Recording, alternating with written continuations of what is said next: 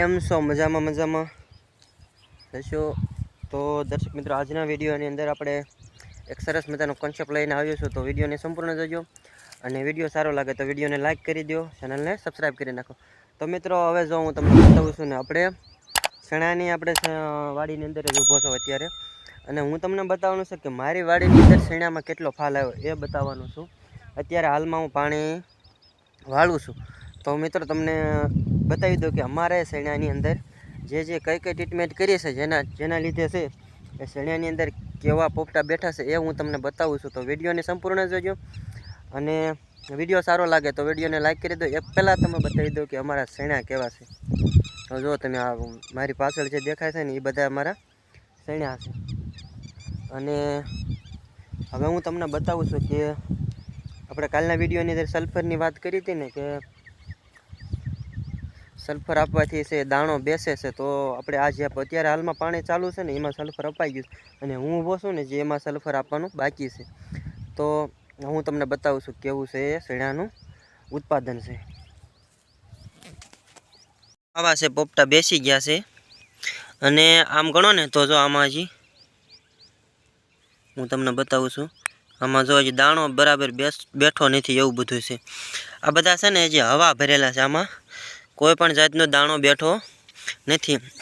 અને આમાં જો આમાં છે દાણો બેસી ગયો.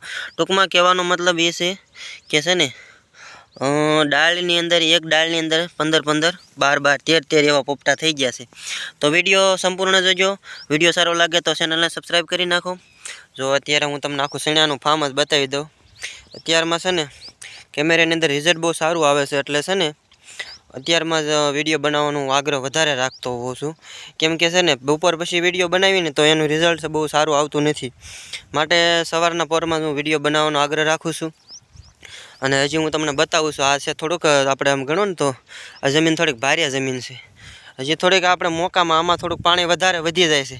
અને હજી પાણીની થોડીક વધારે જ્યાં તાણ હોય ને વધારે પોપટા બેઠા છે. એવું કેમ હશે કમેન્ટ કરીને જણાવજો.